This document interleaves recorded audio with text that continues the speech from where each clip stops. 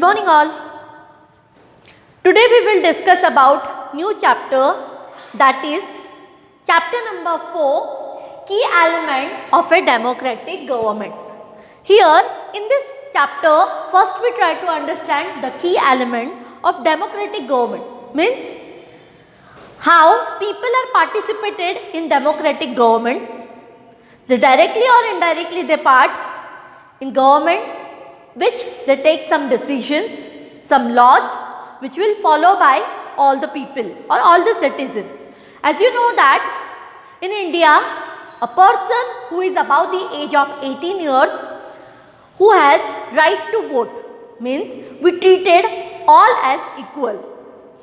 All people who is above the age 18 years old who has right to vote. So our government, our democratic government will solve all the conflicts, all the problems, all the issues of our country. So we will choose our government for the period of 5 years. So in this chapter, here we study about South African government and their working areas. So first of all, we try to understand South Africa is a country that has people of several races. There are black peoples who belongs to South Africa, as well as white people who came and settled to there from the foreign countries, and Indian who came as a laborer or traders. Traders means a businessman. Here in this chapter they give you the example of one girl, Maya Naidu, an 11 years old South African girl living in the town of Johannesburg, was helping her mother to clean up her old boxes. She found a scrapbook which is full of pictures and newspaper articles. Yes, sometimes what happened, some important news, you collect this news things through the articles in your scrapbook. So here she found the scrapbook. There were many pictures of a young schoolboy of around 15 years old. Yes, definitely in her mind she think about it, and one question arises in her mind. When she asked her mother who the boy was, she was told that he was called Hector Peterson. Yes, this story is about Hector Peterson, who is a schoolboy. He had been shot by the police. Maya was shocked when she asked about this. She asked her mother, why? Her mother explained that South Africa was earlier government by apartheid law. Yes, here at that time there is a apartheid law and the government will follow this new law. Apartheid means separation on the basis of race, on the basis of their color. Here already we discussed about that. There are black people, there are white people, as well as some Indian. So South African people were divided into white, black and Indian and colored races. So accordingly they treated with each and everyone. According to the law, these races were not allowed to mingle with each other. They can't allowed to talk with each other or to enter in their areas. So their areas are also separated. To live near each other or even to use common facilities. So their facilities are also totally different from each other according to their races. Maya could not believe her ears. Maya's mother sounded angry when she spoke about the life under apartheid law. She told Maya that in those days how they suffer because of this law. She suffered when hospitals were separated and so were ambulance also. An ambulance meant for white people would always be well equipped, while 1 mint for black people was not very good. So here you saw there is a discrimination. There were separate trains and bus facility also different for white people and black people. Even the bus stops were different for black and white people. Non-white were not allowed to vote. Yes, they don't have even right to vote. So there is a discrimination, means they feel that white peoples are superior than the black peoples. The best land in the country was reserved for the only white people, and non-whites had to live on the worst available land. Thus, black and colored people were not considered to be equal. They can't consider the equal rights to each and everyone. But nowadays, if we compare South Africa with India, after the independence, when we form our constitution, we all get equal rights because we follow democratic government. And in the democratic government, each and everyone, means woman, man, as well as all person who is above the age of 18 years, they all get equal right. They live with a brotherhood, equality and unity. So, here we are talking about the discrimination between white and black people in South Africa. Thus, black colored people were not considered to be equal to whites. Our black township was the Southwestern Township. The name of the township is Soweto. Here they give you the name of one of the township of Soweto city.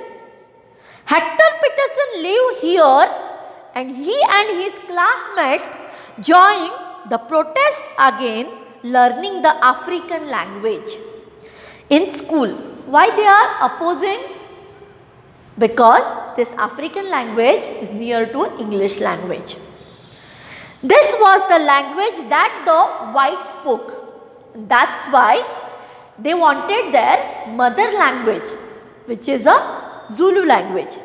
Hector and other school students were being forced to learn this language, means a African language. But they wanted to learn their own language, which is a Zulu. The South African police beat up and protesters mercilessly and shot at the crowd. One of their bullets killed Hector Peterson. This was on 16th June 1976. This is the very bad incident. At that time, government police will kill Hector Peterson. And that's why Maya read this scrapbook and she get the information about this schoolboy. The African National Congress, this is the one of the party of government, a group of people who led the struggle against apartheid.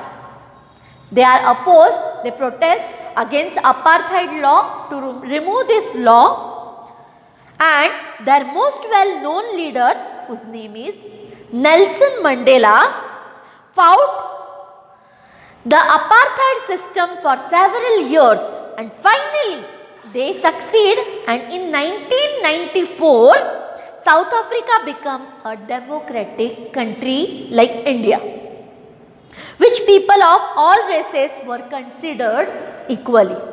In 1994 finally they get independence and they follow democratic government. Let us now try to understand what is a democratic government. Here, first we try to understand the participation. As you know that peoples are directly participated in government. So that's why first they select or elect their representative through voting. So here we are discussing about participation. Through voting in election, people elect leader to represent them. So here one question is arise in our mind, why do we have a regular election? You have already read in our previous session that people make the decisions in democracy, and that's why we elected our representative. This representative takes decision in behalf of all people or all citizen of our area or our country.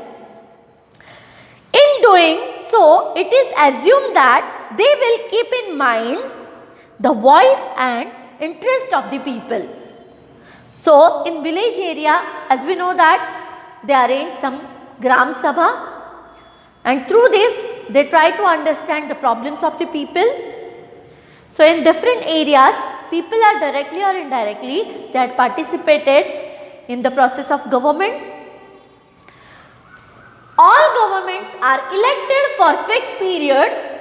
In India, this period is for 5 years. This period is 5 years. So, that is why when this period is completed, again if they want to continue to be in power, then they have to be re-elected by the people or their representative. So, once elected government can stay in power for that period, means for 5 years. If they are working properly, again we re-elect this representative in voting or in election, and again they join this position.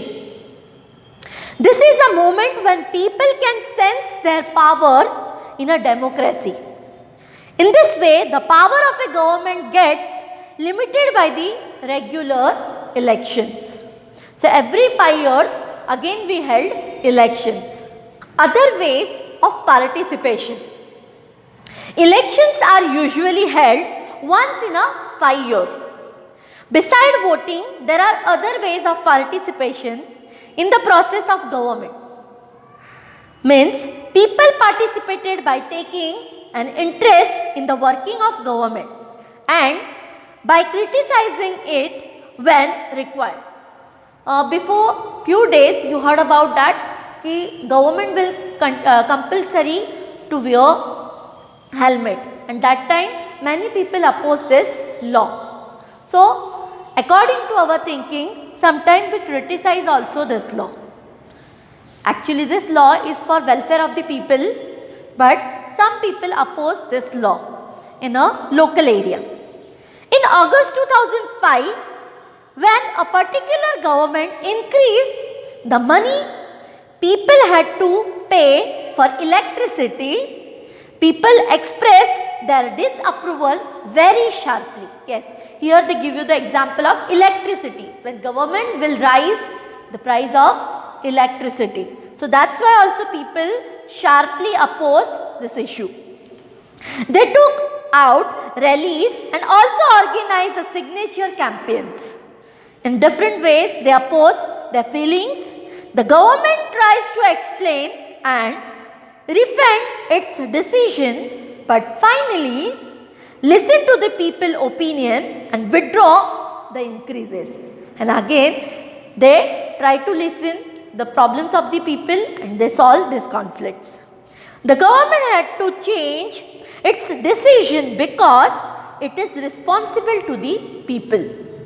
So, in our textbook they also give some approval and disapproval being expressed here through the newspaper cuttings. Here, first picture in our textbook they shown you that scarcity of water. So, many peoples they arrange many tools or weapons to fill water like pot, buckets, all these things. In second cutting they give you the approval of government must give compensate to flood victims. When you heard about any natural disaster happen, that time also government will help these people to overcome their problems. And the third thing is ban posters. Sometimes you notice that posters on wall spoil the city's look. So, that is why also people also oppose this kind of posters. They demand to ban these posters. Okay. And fourth cutting which is shown about take action. It is worried to know that the tiger population in India is falling down. So, here also they are opposing to save tigers Already you heard about this project, to save tiger project. So tiger are being hunted and killed by the poachers, means the hunters, for their skin. The government has not take the issues of poaching seriously enough. It must take action immediately. So through this cutting you try to understand, they are giving their suggestions to save tigers. Sometimes you heard about for save trees, save water, save electricity. So different kind of their feelings they express through the newspaper, through the TV channels. So here there are many ways in which people express their views and make government understand what actions they should take. This includes dharnas, rallies, strike, signature campaigns, etc. These are some examples. Through this, people show their feeling, they oppose to these things. Things that are unfair and unjust are also brought forward through the newspaper, magazines and television also plays an important role in discussing government issues and responsibilities. Yes, many times you heard this kind of news and people will express their feelings through the different mass media, through the newspaper, through the television channels, through the magazines. They express their views and they solve this problem. While it is true that a democratic allows people to participate, it is also true that not all sections of people are actually able to do so. But another way for people to participate is by organizing themselves into social movement that seek to challenge the government and its function.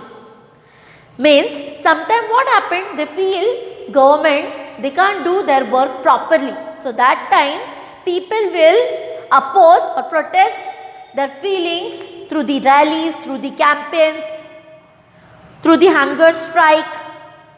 Member of the minority community, means the Dalit people, Adivasi people or women and other are often able to participate in this manner because they are uneducated as well as they are from the minorities like Adivasi or from Dalit community.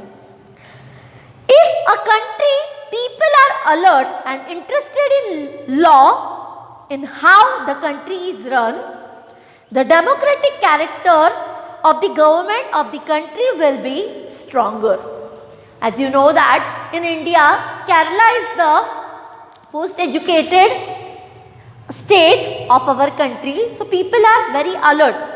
They try to understand what is good for them and what is bad for them. So that's why education is very important for the development of our country. So the next time we see a rally winding through the street of our cities and town or village, we should pause to find out what the rally is about. Yes, nowadays you also heard about some road crisis. So that's why people demanded to maintain the roads as well as bridge in newspaper or TV channels. Who is participated in it and what they are protesting about, we try to understand. This will help you to give us a sense of how our government work. Need to resolve conflicts. Through this point, we try to understand how we resolve the problems of people. Through the Maya story, we try to understand here they discuss about how conflicts can often lead to violence and death because one group decides that it is right and to use force to prevent the other group from protesting. So in this story you heard about Hector Peterson and people they oppose for their own language, which is a Zulu language, but the government will oppose this. And in this fighting, what happened? Government means the police will shoot Peter Hector Peterson. So, conflicts, here we are discussing about this type of conflicts. Conflicts occur when people of different culture, different religions, regions or economic background do not get along with each other, and that's why you heard about different kinds of conflicts. So, when some among them feel they are being discriminated against, people may use violence. What is meant by violent? Means to settle their differences, to show their differences in the form of different rallies, different strikes, signature campaigns, or sometimes you heard about violence.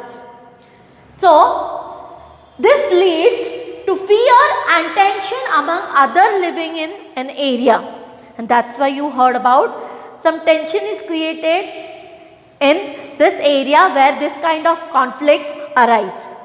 So, the government is responsible for helping to resolve conflicts. Let's read more about, here we discuss about the role of government in resolving this kind of conflicts. Religious processions and celebration can sometimes lead to conflicts. For example, the route a procession takes may lead to a conflict. The government particularly the police, plays an important role in getting representative of concerned communities to meet and try and arrive at a solution. So, at that time there is a fear that violence may erupt. Sometimes you heard about some communal riots during some festivals or some occasions. So, this kind of conflicts, the government will responsible to play important role to solve this type of conflicts between two religions. So, without people throwing stone or trying to disrupt the procession. So, in this way they are protesting each other.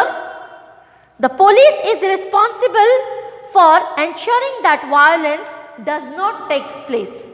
So, police plays an important role to stop this kind of violence. Here, the Indian constitution laws down the basic rule or laws that have to be followed by everyone. These laws are for both the government and for the people. Conflicts and differences have to be resolved according to these laws.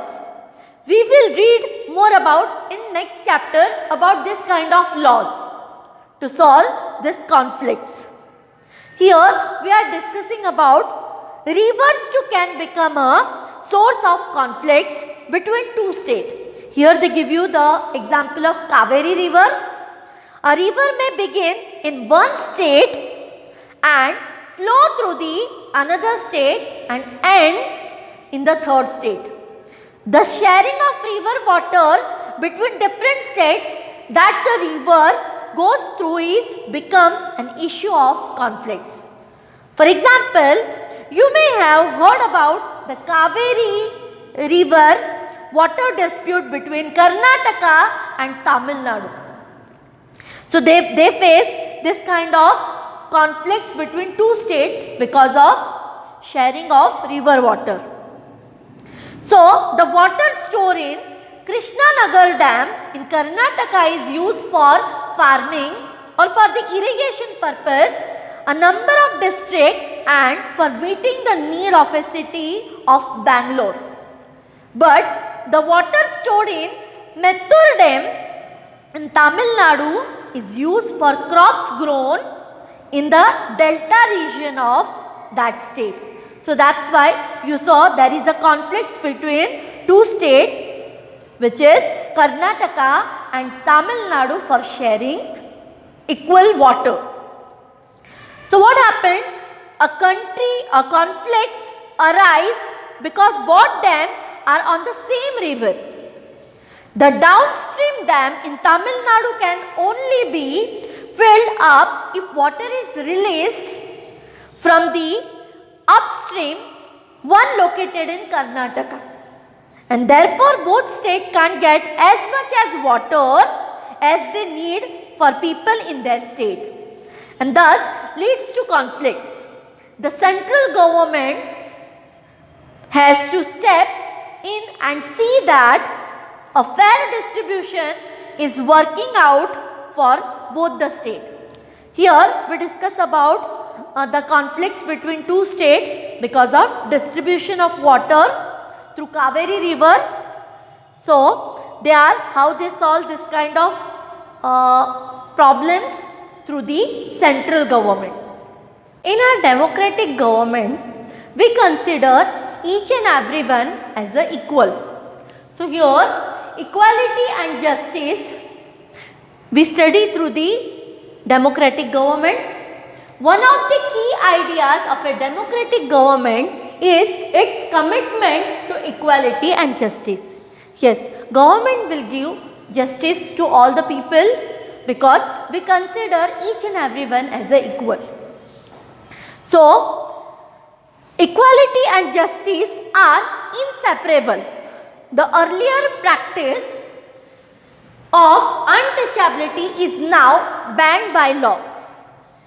Here in our previous chapter already we discussed about there is a caste system in previous time. As you know that there are 4 castes.